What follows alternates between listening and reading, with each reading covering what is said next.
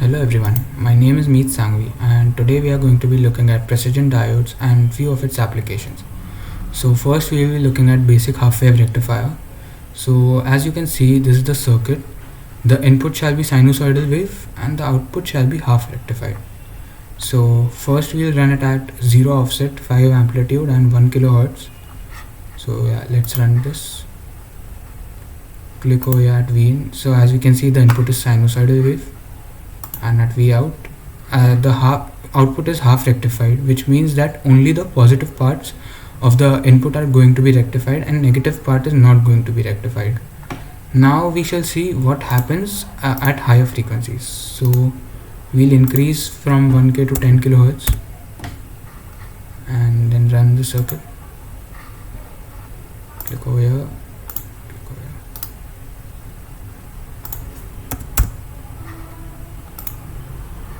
So now we can see that the output is not exactly what we wanted, or we can say basically it is not ideal.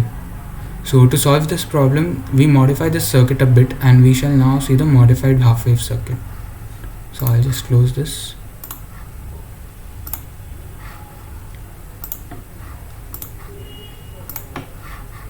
So this is the modified half-wave circuit. It has another diode which is connected in parallel to R4.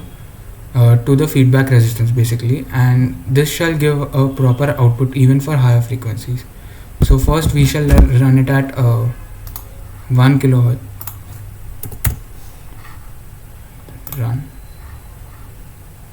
This is the V in, so we'll click here. As we can see, the input is sinusoidal. I'll just decrease this.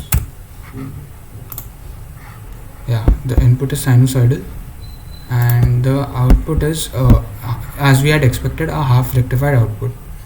So now if we change the frequency to 10 kilohertz and then again run the circuit,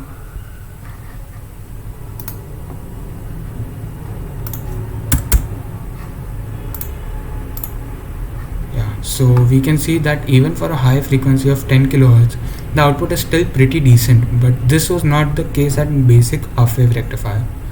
So after this, now we shall see full wave rectifier.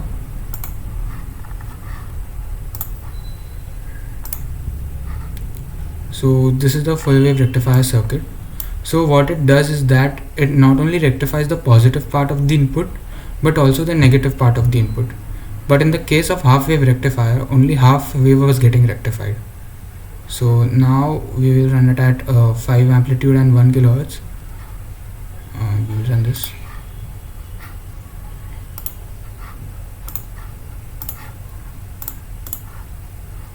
This is the V in. So as you can see, the input is sinusoidal wave, and at output, so the output, as you can see, is in blue, is a full wave rectified output, which means that there are bumps, which means that not only the positive but also the negative half of the cycle has been rectified.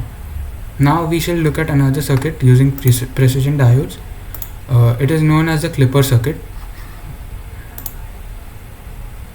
So first we will be looking at negative clipper. There are two types of clipper basically, negative and positive clipper. So as you can see, this is a negative clipper. A negative clipper clips whatever part of the input voltage comes below the reference voltage. So basically there is a reference voltage Vref, and whatever part below the reference voltage, it gets clipped, and the positive clipper, whatever comes above the Vref, gets clipped. So first we shall see the negative clipper, and we've kept the Vref at 0.4 volts. So now we run the circuit. Just cancel this, run again. This is the V in, so we'll click over here. The input is sinusoidal wave, the output. So as we can see that whatever part of the input is below 0.4 volt has been cut off or has been clipped. So basically this is the reference voltage line, 0.4 volts, and everything below it has been clipped, and only the positive part have been kept in the output. Now if we change the Vref from positive 0.4 to negative 0.4, now we run the circuit. we see that the reference voltage has been shifted from positive 0.4 to negative 0.4, but still only the part which is below the reference voltage is being clipped out. So this way negative clipper, this was negative clipper, now we shall see a positive clipper.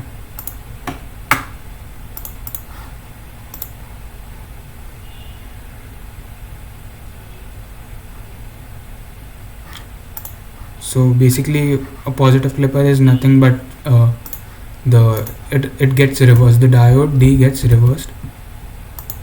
Yeah, so the only difference here is that diode has been reversed or has been placed in an opposite direction from the first one. So this can be written as positive clipper.